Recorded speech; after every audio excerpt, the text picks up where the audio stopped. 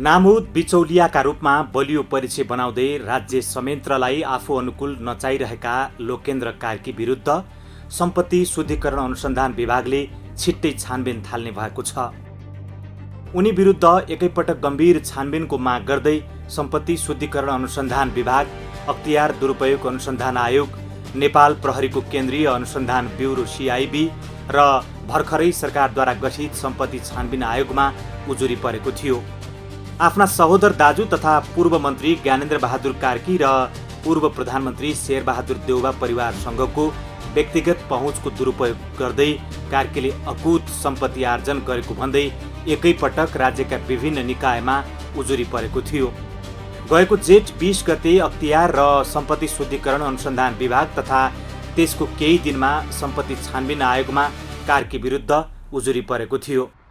मूलतः बिचौलिया धन्दा गर्ने र आवरणमा नेपाली सेनाका बन्दोबस्तीको सामग्री आपूर्ति सहित विद्युत र सञ्चार क्षेत्रमा व्यापार गरिरहेको देखाउने लोकेन्द्र कार्कीले पछिल्ला केही वर्षहरूमा अस्वाभाविक सम्पत्ति आर्जन गरेका थिए।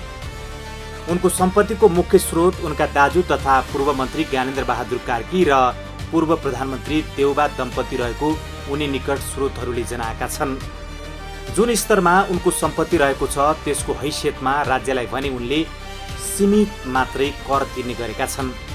नगन्ने कर तिर्ने लोकेन्द्र कार्कीले हालै भैँसी पार्टीमा रहेको 5 रोपनी क्षेत्रफलमा 15 करोड रुपियाँ खर्च गरेर पौडी पोखरी र लिफ्ट सहितको आलिशान बङ्गला बनाएका छन्।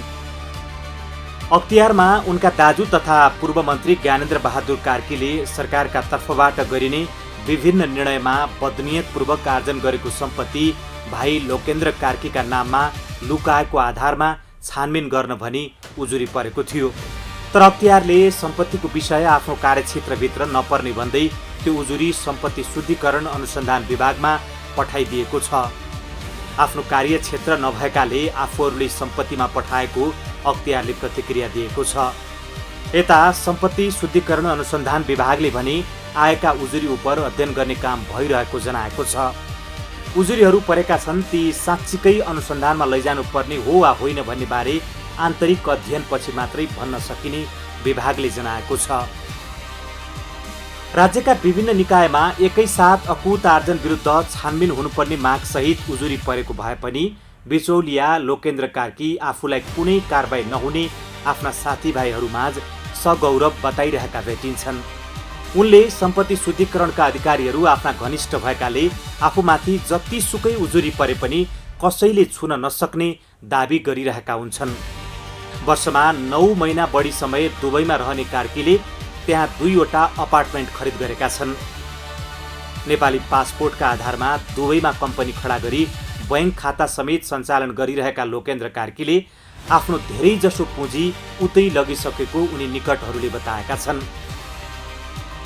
नेपालमा अवैध आर्जन गरेको सम्पत्ति उताको अवैध बैंक खातामा जम्मा गर्ने र त्यहाँबाट फेरि नेपालमा बाँडफाँड गर्न हुन्डीको प्रयोग गर्ने र त्यस्तो हुन्डी कारोबारमा उनका नेपाल स्थित म्यानेजर राजकुमार नायडूको संलग्नता रहेको कार्की निकट स्रोतहरूले बताएका छन्।